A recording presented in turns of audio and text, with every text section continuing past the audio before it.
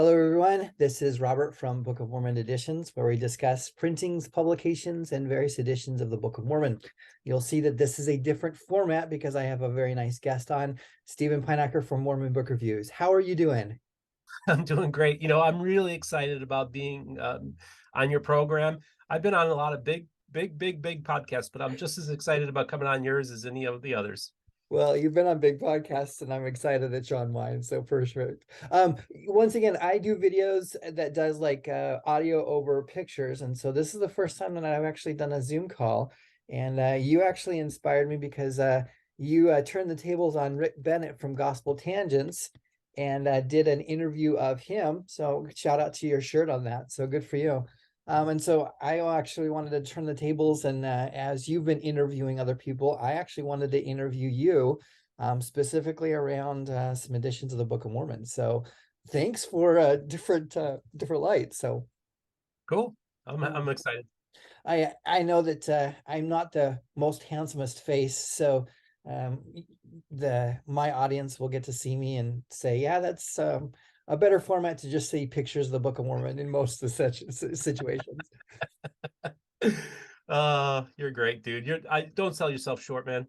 Thank you. Thank you. Well, it's been fun. I've had a wonderful opportunity seeing kind of your videos, and once again, congratulations on your channel and all of the success that you have had. You do quite a bit of a range, and I love that you and I have interacted regarding either specific editions of the Book of Mormon, various topics regarding that, and so kudos to you on having a broad range and also including me on Book of Mormon conversations. Oh, that's great. That's what I love is having you on about every 6 months where we can do like a Book of Mormon geek out. And you're my go-to guy for whenever I need to have any questions about the Book of Mormon or particular editions. You've been very helpful to me. Your research is just absolutely fantastic. And you're a great resource. And I just think everybody should be watching. If you're interested in the Book of Mormon and its history, you gotta subscribe to Book of Mormon editions. Thank you.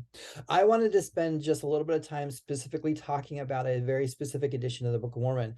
And you have one, and I wanted to get your insights on it and kind of do an in-depth review on the one that you have. And it is a letterpress edition. Tell me about it.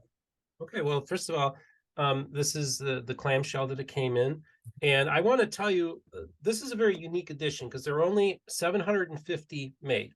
And I talked with Brent Ashworth about this particular edition, and he tells me that this is the most accurate replica of a Book of Mormon ever made. And this was published about 15 years ago. And but what makes this edition so unique is that there's a gentleman, his name is David Hall, and he's a friend of mine. And unsolicited, just out of the blue, he decided he wanted to add to my collection. So he sent me this particular edition of the Book of Mormon. And what makes this one so interesting is that he purchased, I think, around 149, 150 editions, replicas, but he had an original 1830 edition of the Book of Mormon.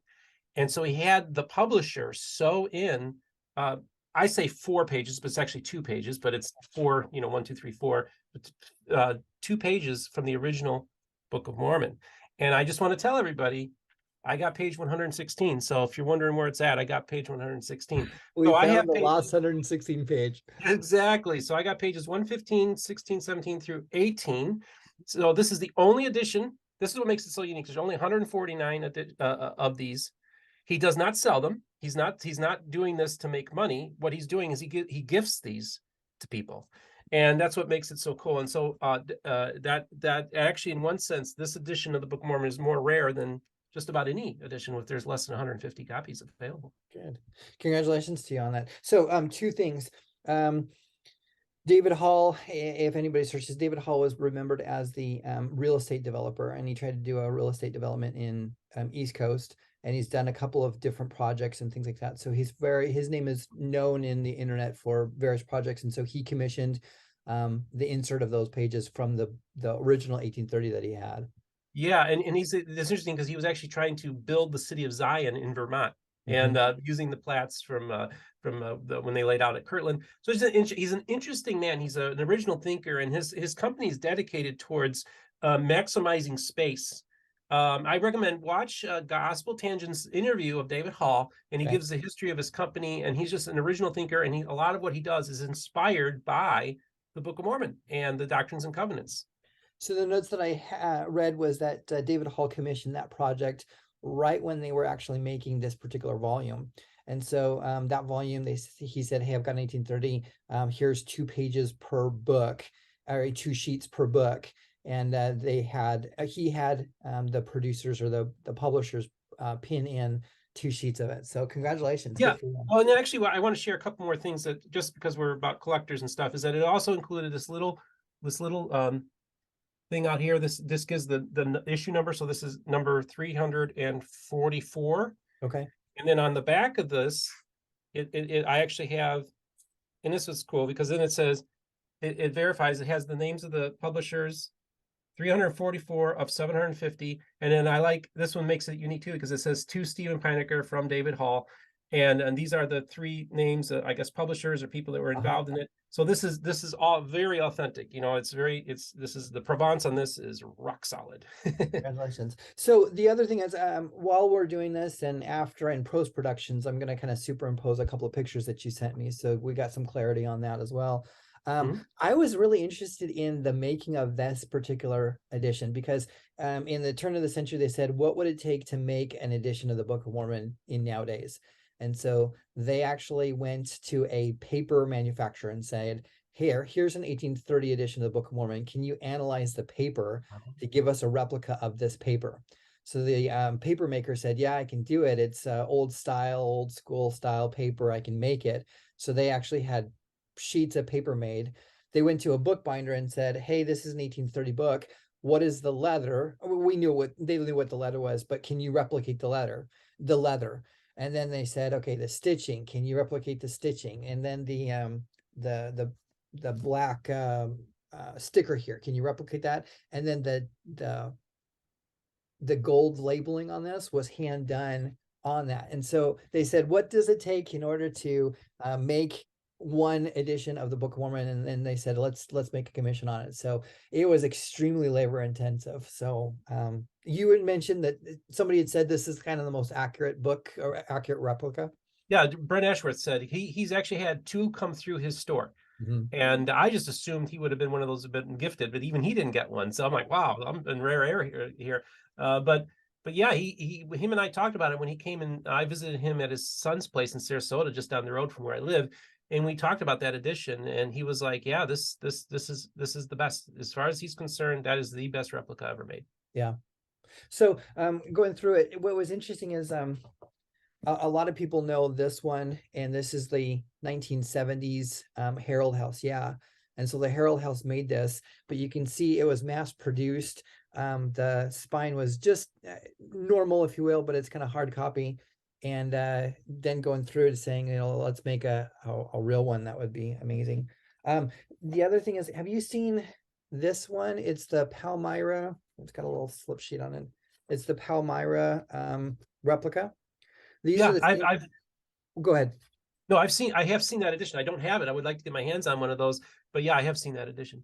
So once they made the letterpress edition, they said, let's actually then redo it and make a mass production of it. So if you have a Palmyra edition Book of Mormon, it's from the same authors and from the same, let's say print run, but from the same publishers as well. So. Oh, interesting. I didn't know that. Do you know about approximately how many editions they made of that? If it's a mass produced, do you know what their print run was on that? It's still, I'm not saying ongoing, but I don't know the print run of these, but I know that it's a lot more than just the 750. It's in the thousands. Yeah. Okay. Wow. Cool. And then your number is 344. Okay. Yep. So the other thing I learned was from the book printer, because there was a couple of commissions, there was a couple of people said, we want a specific number. So would you reserve these numbers? And so there was a block of numbers that was reserved for various commissions or various things. Lo and behold, not all of the 750 were actually bound. And so the number is actually lower than 750. And I thought that was really interesting that it's even more special because it was less than 750, but the numbering, they don't have like 1 through 500. They have, one guy I want the 750th number. Okay. So they actually got the 750th number. So really interesting though. Fascinating stuff. Yeah. Hey, I just have a question for you. Yeah. You're the expert. You're the pro.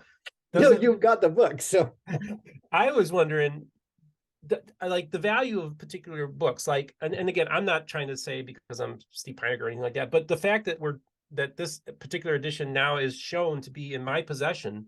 Do you think that adds to the provenance of the edition and maybe adds to the value of it? Because you could say, well, this once belonged to, and I'm not trying to sell it, but I'm just curious, like how that collectors would view something like that. the answer is yes. Two things. If it came from David Hall, if it was part of the David Hall commissioning, and as well, if it's your commissioning, it's almost like an NFT that's like, okay, this is very specific. And so I was looking at 1830 editions and kind of going through some of the mass lists, and provenance is actually just as, not say valuable, but just as significant as it's the book itself. For example, I saw Reed Moon's Book of Mormon that had this is Hiram Smith's edition of the Book of Mormon.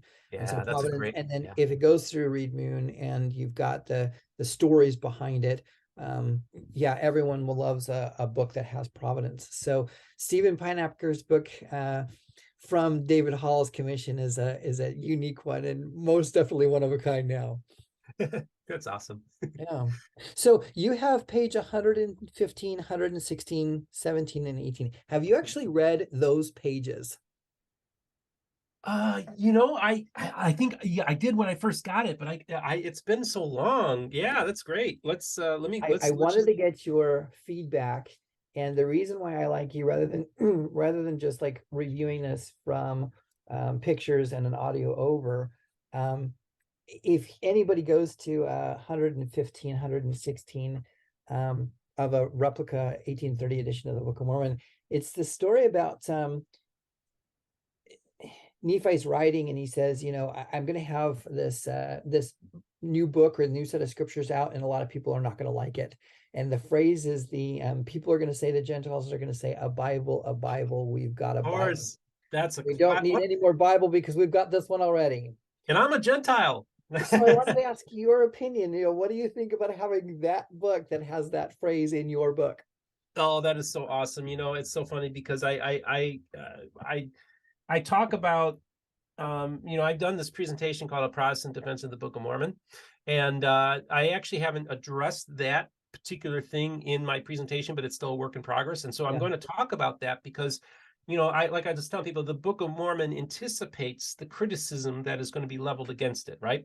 And so that's just kind of an interesting thing because in particular, it ties in with specifically Bible-believing evangelicals' reaction to the Book of Mormon, right? It anticipates that, and so it makes it so interesting. So it's really kind of, it's making a commentary on my camp, which I find very fascinating. Yeah. So it's just a great another convergence of our worlds, right? Because in one sense, the early on, like I tell people, the very April 6, 1830 church service was full of born again, spirit-filled Christians.